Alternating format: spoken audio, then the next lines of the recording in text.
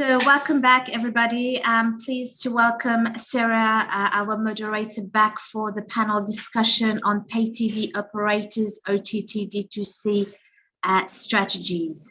Sarah, over to you. Okay, welcome everyone. Welcome to our panelists as well. We've got 45 minutes to cover a lot of solid content.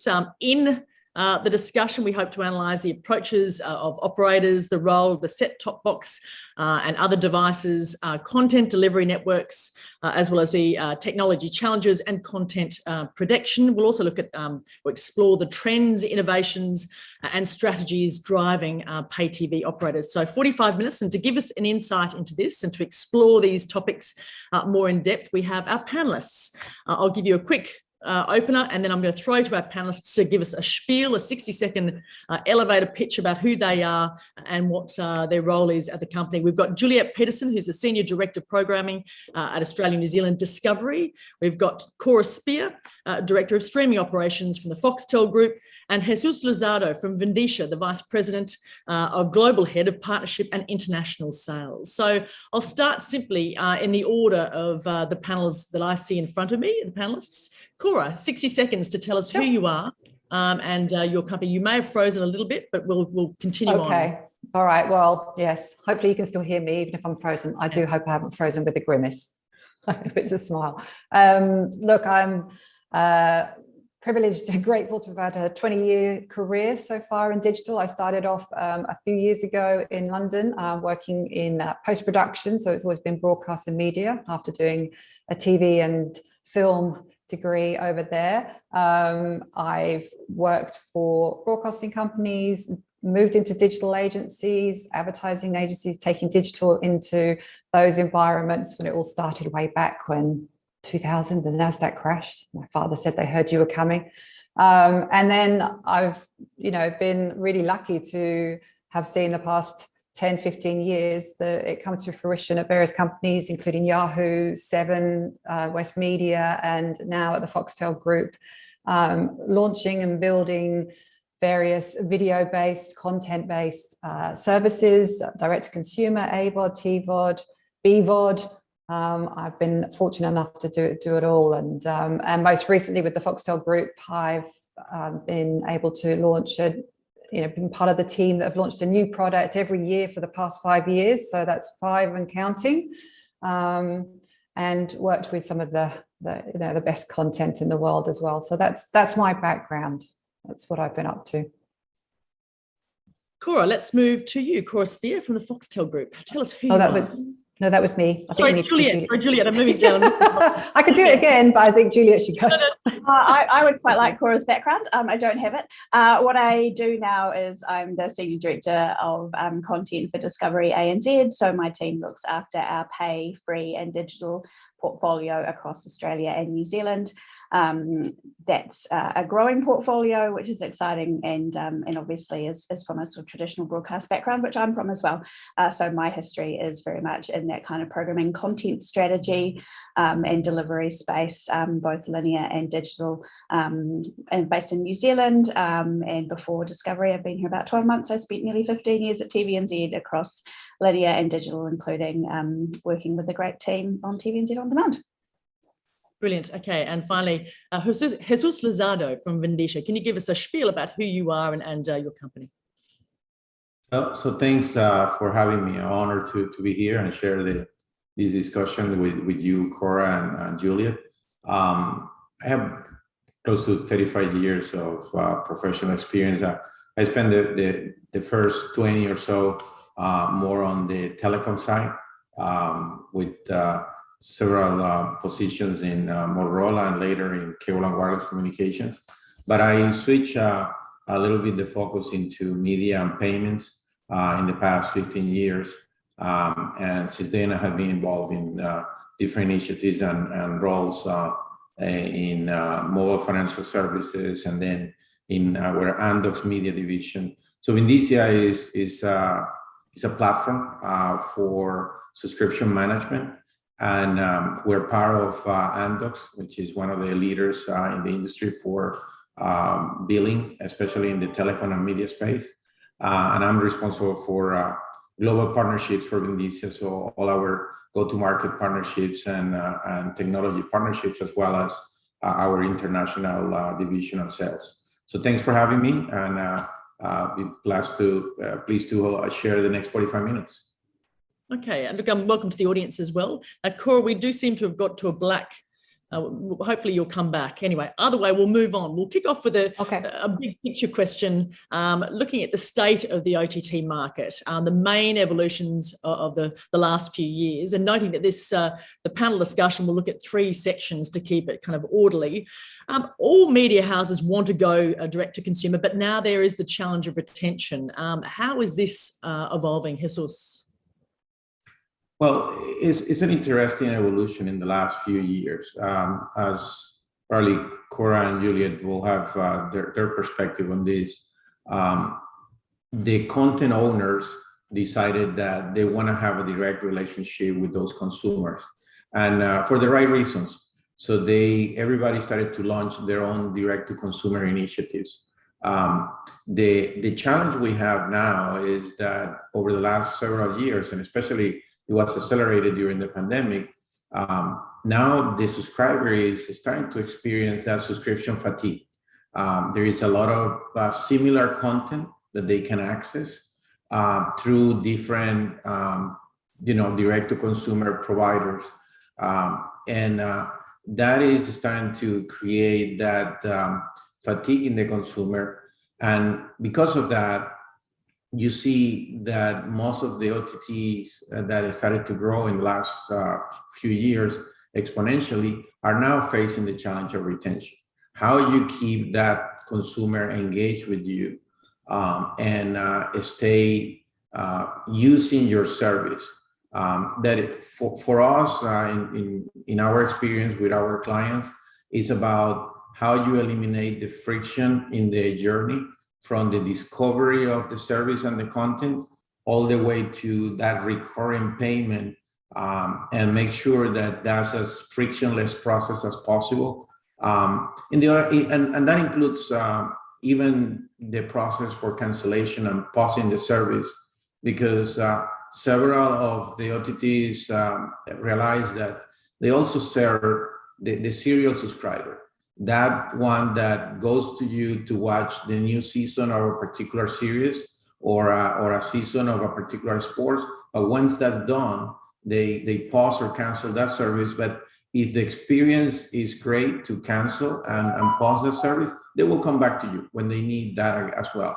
So for us, it's about that. It's about the experience and how you address the convenience of the subscriber on discovering, onboarding, and using your service. Juliet, did you want to weigh in on this one? Yeah, look, I think, and I totally agree with you that it is absolutely around product and being as frictionless as possible. And I think content strategy obviously has a really important part to play here. So I think we're moving through the time of the audience wanting something new and shiny and different all the time to actually creating a balance of the kind of comfortable and the fresh, because content discovery is the user's biggest issue in this OTT world, and therefore it is just too hard. There are too many messages in this really cluttered content market. So I think the kind of content strategy and the profile a lot of the OTT platforms is now moving to a more balanced state, as well as obviously moving past just a scripted space. So I think the role of unscripted and how we will actually see the evolution of content genres in the OTT space is really fascinating. Yeah, Cora, what are your thoughts on this, the kind of the opening question as to subscription fatigue and the challenge of retention, and how is this evolving? I think, yes, look, I think obviously it's an issue. I think it's interesting to think 5 years ago, we were talking about diversification of services.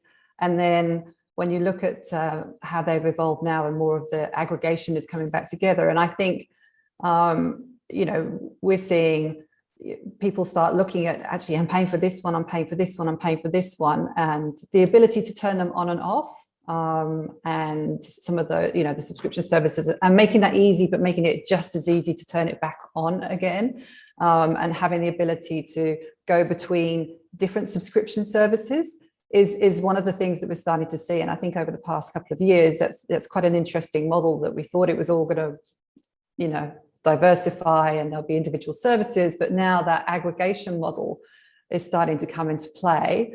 And, you know, we see customers that have, you know, interested in certain types of sport that are on, you know, winter sports or summer sports. And then, you know, there's the drop off. So how do you keep them engaged? And certainly some of the aggregation models and some of the clever things that we're doing around that have been one of the ways that, you know, hopefully going to be fighting back on that, people turning off. Okay, looking at content strategy, then again, for the audience, what's the best mix? What's the strategy that either of you, and this is a question to all of you, the best approach? Local, global mix? What are your thoughts on that? I'll weigh in on that first, maybe. I think it depends is the answer. I think it depends if your product is a localized one, if it has global reach.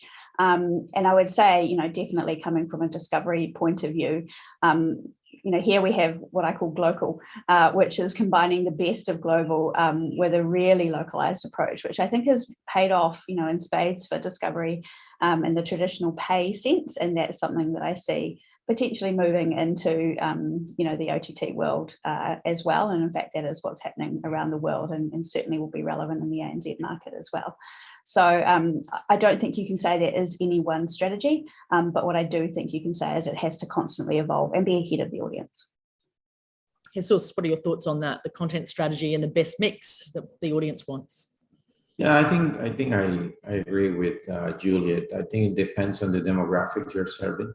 And at the end of the day, you may have a core content that is global, but you need to serve the local demographics and adapt to that to cater for that. So depending on the countries where you want to launch your service, you need to accommodate for that local versus global preferences, and know your demographics, of course. And I think operators like Foxtel and others, they understand that. They understand their demographics and create the proper balance mix.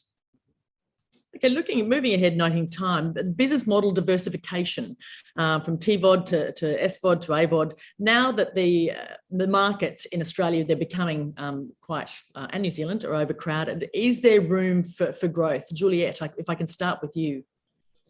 Yeah, there's absolutely room for growth, but there's also room for consolidation. So I think growth will have to come from a clearer set of players that have enough of an amalgamated platform, for want of a better word, that offers enough variety, because I think subscriber fatigue is going to increase. So I don't think it's just going to be about stacking additional products and services in the markets. I think it's going to be about, you know, paring those down to the ones that really matter and really resonate with viewers. Cora, what are your thoughts with regards to the market being overcrowded, and is there room for growth looking at Australia and New Zealand? Look, you know, like most of these answers are going to be yes and no. I think there's absolutely going to be, to Juliet's point, there's going to be consolidation in some areas. There's going to be new business models evolving that are around a subscription service, but maybe they're slightly cheaper because you roll in the, you know, the AVOD, which isn't the easiest thing to do, but it's, you know, that's starting to happen as well. How you bundle different services together as well will continue to evolve. And I mean, there's going to be new services that you know, that are just in their infancy now around the metaverse and 3.0 and all those wonderful things that we haven't even come across yet in the next 5 or 10 years. You know, how you roll those services in to traditional subscription service, because I suppose free to air is, you know, the legacy now and the heritage, and then you've got the subscription service. The streaming is, you know, relatively new, but as that stabilizes, what's the next service, what's the next feature that people are going to be happy to pay off and maybe, you know, bundle into whatever it is that they're buying. I think we're going to see some, you know, interesting things around that. And I think, you know, going back to the content question and whether local and global and the feature set and the services, it absolutely, the you know, the audience and what they expect, and the younger audience now expect to turn things on and off. They expect, you know, from them hearing things like Express from the US that makes no sense. Everything's a global launch, really, and that doesn't turn them on as much as, say, the older audiences that are used to that. Okay, we have to wait the day before, it's got to get over this, it's got to go over the pond to us. That's all going to go away, but making sure that you've got a very localized flavor of content and that talks to what the audiences locally want as well. So, around sport, the features they expect around sport, the technology they expect around sport, the experiences. I think that's where it's going to evolve, and those business models and what you can bolt on to your recurring bundles will be, some of the ways that we'll see interesting things happen over the next few years, I think. Okay, noting time again, because we've got a fair bit to cover, and moving to another subject of the set-top boxes. Are they still critical? I mean, is this something, Jesus, that you can talk about with regards to, are they alive? I think they are alive, but not in the traditional sense of the set-top box. So the device in the home as a gateway for the consumer to access multiple services is still a very valid strategy, and is going to continue to evolve. Now, the traditional form of that set-top box is changing, because now the smart TV set can perform those functions directly. So you don't need the traditional set-top box.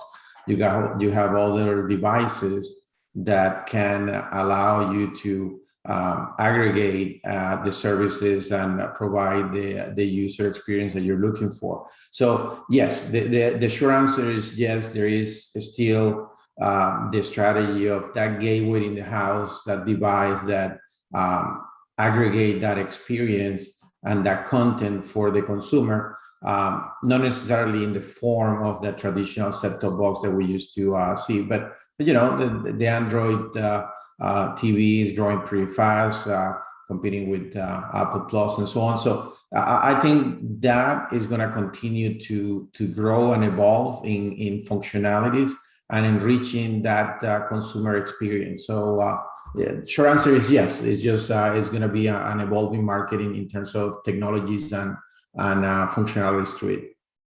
Okay, I want to move into the challenges of the OTT landscape. Juliet, if I can start with you, competing in a more fragmented market, what are some of the partnership strategies, and what's the role of partners in this evolving competitive world? Yeah, I think there's growing opportunities for partnerships, and I think they fall in lots of different spaces. I think you can look at partnering in content creation, as well as obviously product distribution and individual title distribution as well. So I think those are all spaces that we are absolutely actively exploring. And I think that just comes down to really aligning what your objectives are. And when you find a great partner, it really grows both of your businesses. And so that's obviously the objective everyone has. And of course, that is a form of consolidation. And so I think we are therefore helping solve a user problem by creating fewer places to find key content, even if we are, in a frenemy kind of relationship. That's still a partnership as far as I'm concerned. Cora, your thoughts on the roles of partners in an evolving world? And by the way, you're moving again, which is great. I'm moving. I'm sorry. I do apologise. Honestly, I come into the office for the first time in ages and the connection is awful. So I should have stayed home. Look, I think,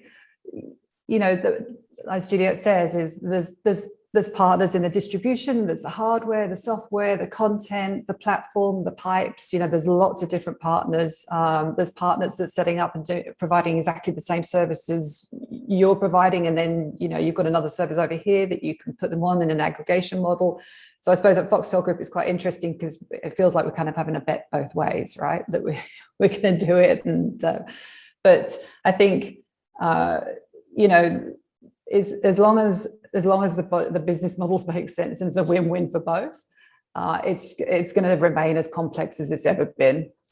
You've got more devices, you've got bigger distribution, you've got new technologies, new platforms to keep evolving and staying current and give the customers what they need. You've got no choice but to partner with people, whether you produce your own content, whether they produce it, whether you distribute it.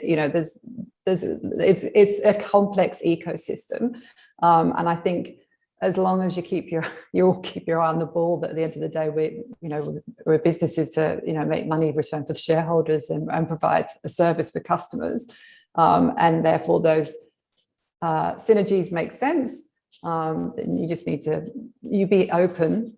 But I would say for anyone working in this industry, in this business, in these ecosystems, you've got to remain open. And although the ambiguity might creep in every now and then, it's par for the course, and it's the way it's going to be forever. So, yeah, your thoughts? Are partnerships fundamental to growth? Absolutely. Look, I mean, we talked before about the race to have direct-to-consumer services, which was great a few years ago, but now OTT players need to realize that their strategy needs to be a hybrid go-to-market strategy where they continue to be probably going direct to consumer, but they need to partner. They need to partner with aggregators to augment their reach and their footprint. There are only very few market leaders that can stand alone and go direct to consumer only. The majority to be able to sustain growth and to sustain and retain the existing customer base, they're going to need to partner. We see several examples of that we enable on operators, pay TV operators, or telecom operators that are aggregating content from OTT services, Sky Q in UK, AT&T, T-Mobile in the US, and several others. But I think we need to think about even beyond that.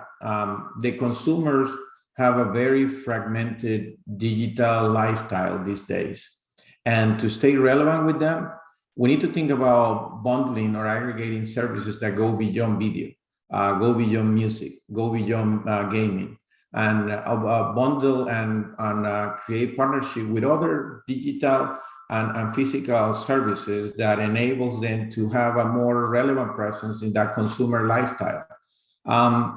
One example that comes to mind, nothing to do with video, but we thought about it, is think about Peloton. Peloton grew exponentially over the last 2-3 years because everybody was working out from home, but they are facing significant challenges these days on their business model and retaining those subscribers, because also everybody's going back to trying to work out in the physical gym with friends and family once in a while.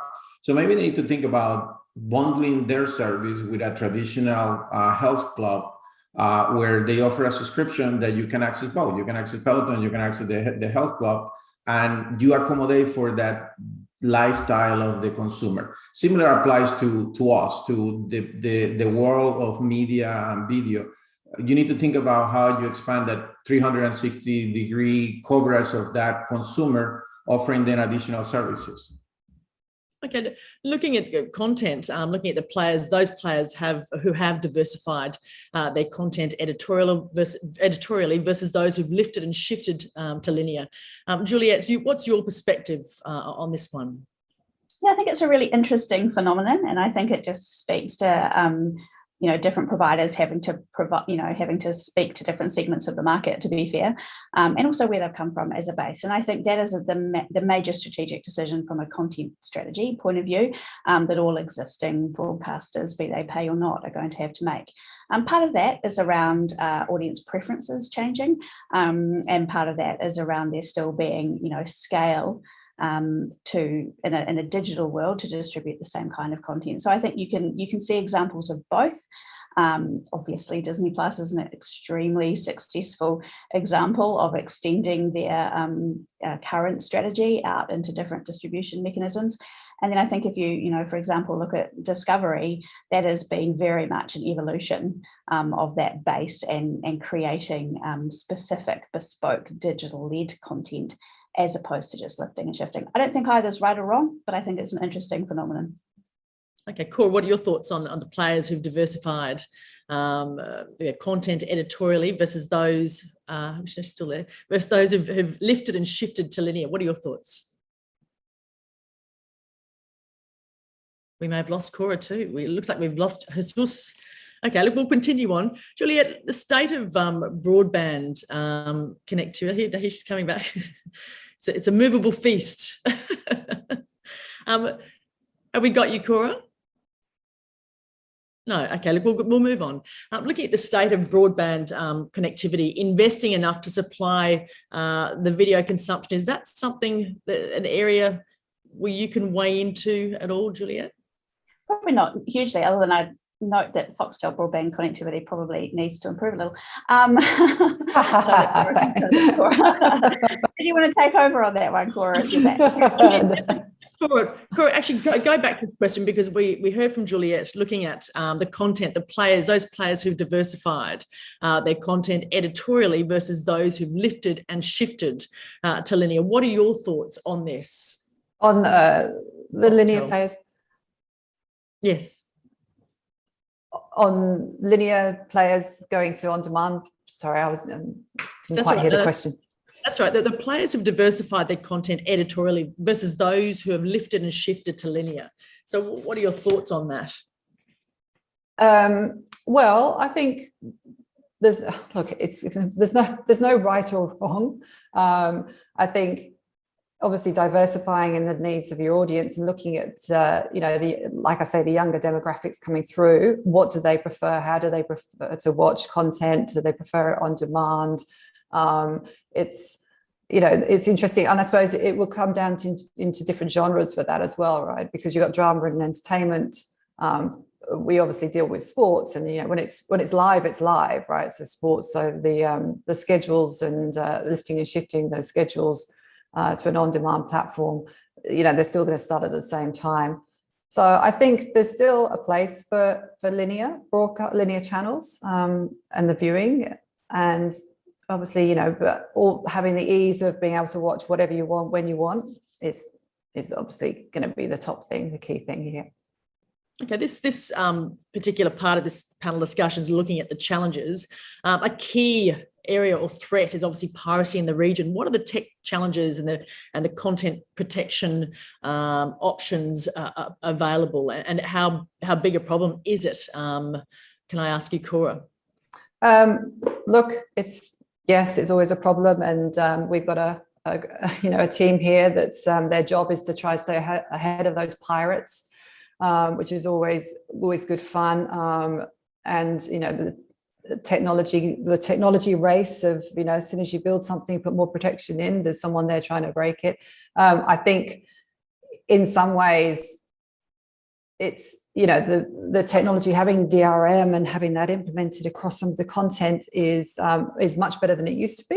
Like it used to be when people could record anything off your VHS and send it out. But I suppose it also it's a lot easier and more global for those pirates to set up. So it's a continuing race, and something that we work really hard on every day to protect the content and protect the business models. And at the end of the day, we've got to do that, because that's going to protect the consumer experience. Because if we all start losing lots of money, then we're just not going to be able to produce the content. So yes, it's ongoing. Yeah.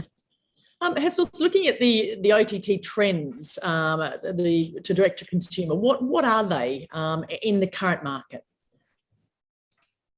Well, I mean, I think we're all aware of the double-digit growth that the majority of the video and music OTTs experience over the last the last few years, where the majority of the segments, whether it's global or local markets, grew double digits. And I think when we think about OTTs, we need to think about who are we serving. So for example, the Gen Z, in a recent survey that we conducted, 84% of the Gen Z has more than 6 OTT subscriptions.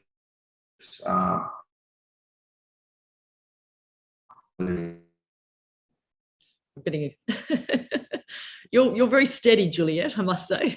Everything's your audio and camera is good. Video, they have more than 6 OTT, more than $640 on in average.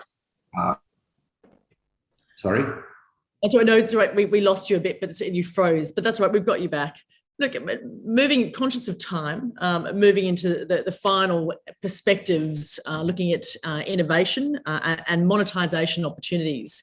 I might kick off with you, Cora. What can we expect in the next few years? What look, I'm excited about is that I waited a long time for on-demand video and distribution to become, I can watch it on what I want, when I want. And we've seen that come to fruition now during my career time, which has been fantastic. What I want to see happen before, before the next phase of my career is I'd love to see the true VR, AR come to life, and that experience really be, kick in. I borrow my son's Oculus, and I just want to be able to lie back on the bed, and it's still quite heavy and it's still quite chunky, and watch Netflix films on that. But that, to me, hopefully with the next iteration of the web, we get the speeds that we want, we get the pipes that we want, we get the content being produced that we want, and we actually finally start to deliver on that whole VR, AR world, and that comes alive, is what I'm hoping to see in the next 5 to 10 years. I mean it will happen, it's just the time frame that's going to change, not the outcome. And once that all starts to kick in and you put a whole load of AI into it as well, so it really does understand what it's looking at, and can those recommendations and that personalization becomes truly a great experience. I think those two things together, and we get the data going, it's going to be, I'm very excited about what's going to happen. Yeah, it is exciting times. Juliet, your thoughts? What are the trends that you think you can see in the next few years? What can we expect? Yeah, so for me, I think it's about personalization of the product and the experience, to really try and overcome this really massive challenge of having too much choice. And I think if we don't do that, then we are going to find that we are kind of crippling the potential and the growth of our products. So, I think, speaking to Cora's point there, I think AI is going to be incredibly important there, and the development of that. But also I'm a really big believer in human curation. So I think we need to continue testing and trialing and experimenting with the mix of human versus machine curation and experiments, and actually move that further along the viewing chain. I think a lot of it is focused at the moment on arriving at a service and arriving, on a homepage, for example, and there's, different attempts at kind of using various points in that user journey to kind of help with that next piece of selection. So it's, I think, about deepening that and developing technology. And looking at the live streaming perspective, what innovations do you think are there in terms of features, content, and engaging the audience that can be better utilised? Cora? Look, I think the things that we've done with sports and with the OTT and streaming, like key moments and split view and all the different feeds and bringing that experience to life, that I want to see build on that experience as well, because I think, and it kind of goes with the VR, AR and the data, right? We bring that all together, and just that truly immersive experience. That's the thing that I think is going to, really be the game changers in a few years' time. So keeping on top of that, we just launched a dedicated news service. Now and that's an aggregation news service that is streaming and bringing all these great content partners and news providers together as well. Having some of the AI and some of the data that we've got to bring new features together for a news service as well, so that you can get lots of different opinions on the same topic, and that that's, I think, is something that's going to be exciting and a great feature as well. So yeah, this was, we're talking about live streaming. What innovations are there in terms of features, content, and engaging the audience? What are your thoughts on that perspective? Well, I would say that the key element to engage the audience that we see is, viewing parties, correct? Whether it's a live sport event or a movie, having friends and family to share the content with, and enjoy the experience and have the ability to create an engaging experience, exchanging comments and experiences during the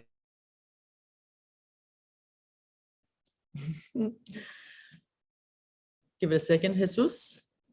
No, I think I think it's going to continue to play out. Looking at Cora, we've still got you, yeah? Yes, I'm still here, hopefully. Okay. I'm afraid I think we'll move on, just give we've got limited time. Looking at what to expect then, if we're looking at innovations and features in mobile streaming, what can we expect? Looking ahead, looking at 5G, what can we expect from 5G? A better experience? Well, let's hope so, because ironically missing here on the... Yeah, totally. I know the irony. Look, we've come a long way. Those pipes are getting bigger, they're getting cheaper, the data, I think one of the questions that we were going to talk on was, the NBN, has it been successful? We've just had our biggest concurrent streams for a live sporting event in the past weekend for the NRL kickoff, which is huge, and some huge numbers that have been on that network. And it was fine. Unlike me on this presentation, it was fine. The streaming was fine. The technology, the distribution, the delivery was fine. And I know that because we've got all the technology that monitors the experience for the end user, and also I can tell because the contact in the for the customer service team was very low, if at all. So I think this, the stability and the suitability of the current network is okay, but I'm so looking forward to when 5G comes along. It's just gonna get better and better.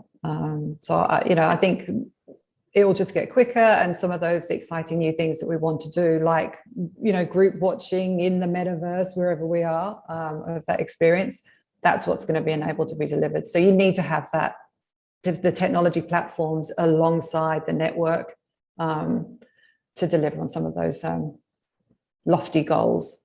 You noted NBN. Has that delivered?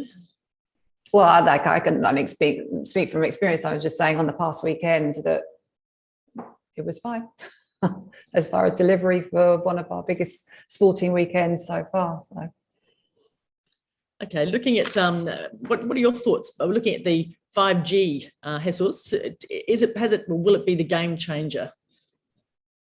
It is. To expect? It is correct. I mean, we're trying. Okay, looking ahead, I want to try and kind of almost get to the last element of it, but looking at the innovations and features that can be brought into live streaming to boost engagement. Are there any suggestions that either Cora or yourself, Juliet, or if Jesus can hear us, what other features can be brought into live streaming to boost engagement? I think something for me is just a variety of content and events that you can actually bring to the live streaming space. I think we've focused quite consistently on sort of key sporting events or, just live streaming existing curated, linear channels.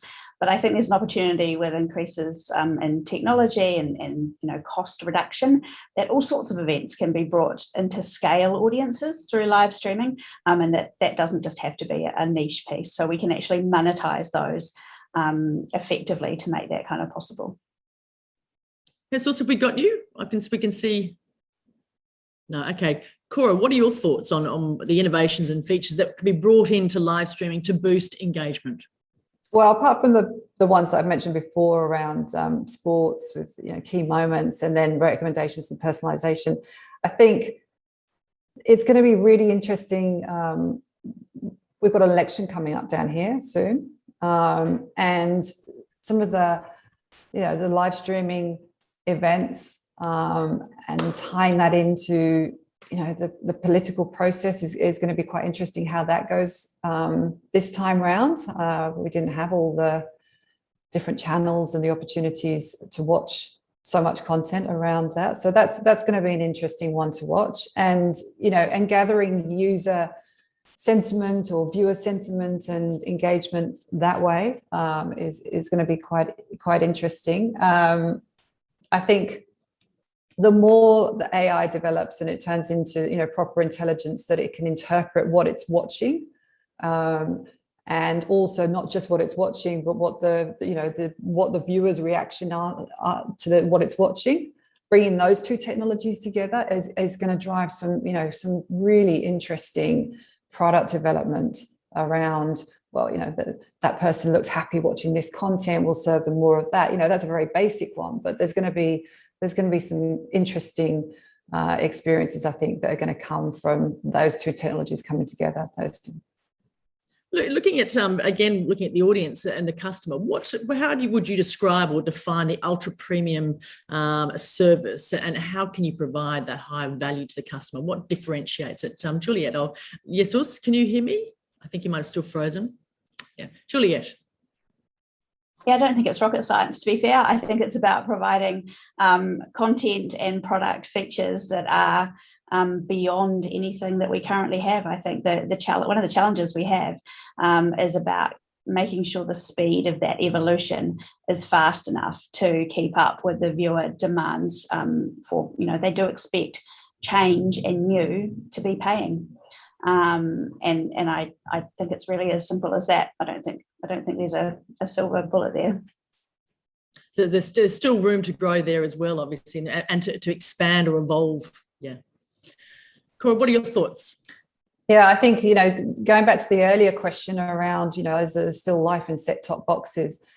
The ability to control the environment and the experience, so then control the technology, is still quite important. So you've got to balance that with the distribution. So all the different TVs, all the different devices that, you know, the customers have, you've got to provide them the service they expect on every single one that they expect. So that, you know, becomes a challenge of working out, well, you know, this is going to give us the biggest bang for a buck. And to provide the real premium service, we either look at every single platform, but you also control the hardware and the software as well. So I think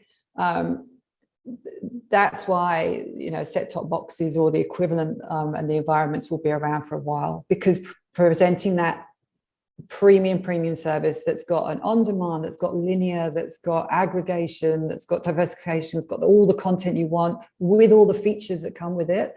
You know, that's really where the premium nature of the subscription service when it comes to video and TV is going to be. So that's, I think we'll be seeing them around for a while. So wrapping up, we've discussed everything from the innovation, the challenges, monetization opportunities, growth, but looking at the year ahead, and we're already in March, which terrifies me, but looking ahead at 2022, what can we expect in the market this year? What's your prediction? Where are we going? Juliet, I'll start with you. Yeah, I'm going to be a little bit controversial, and I'm going to say I think it's a little bit about Back to the Future. I think the role of a linear channel is going to become increasingly important. I think people are craving a sense of curation and familiarity, and actually having that joined up experience with people. You know, since we've all been at home for so long together, we all just desperately want to get out there and do the same thing. So I think something like the success on both sides of the Tasman of Married at First Sight at the moment shows you know, that people want those kind of group experiences. And that is what I think live TV provides. As well as that, though, I think this year is very much going to be about the rise of AVOD and SVOD and how that coexists in the market. I think that's something that we're seeing globally. And I think we're just going to see a lot more growth in that kind of balanced approach. Cora, what are your thoughts on noting our time? Where are we heading the rest of 2022? I think that there definitely will be a lot more experimentation around the different products or the catalogs that you're going to be able to offer to across all the services, you know, whether that's a slightly, you know, an ad-funded model at a slightly lesser subscription. There's going to be some interesting offers around different, you know, and that's going to be across the board.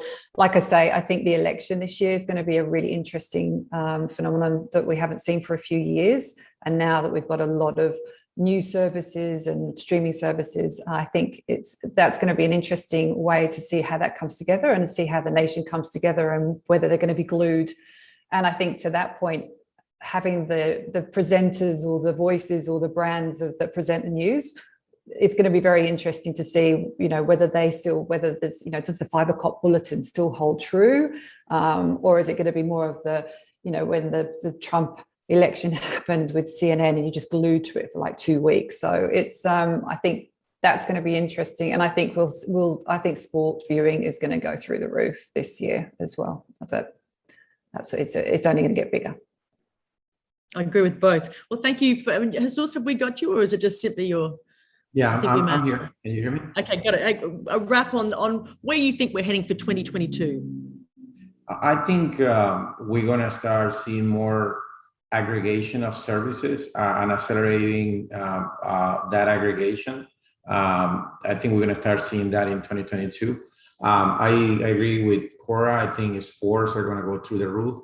And I will say that with the implementation of 5G, you're going to see a lot of gamification associated with content and engaging the user on the gaming experience on how they watch and play with the content. So I think we're going to start seeing that in the balance of this year, and we'll see. Okay, thank you very much to our panelists, Juliet Peterson from Discovery, Cora Spear from the Foxtel Group, and Jesus Luzado from Vindicia. Thank you for joining us for this discussion. And also thank you to the audience for joining us. We do have another panel discussion kicking off in about 15 minutes. So thanks to all. Thanks for having us. Thank you. Bye.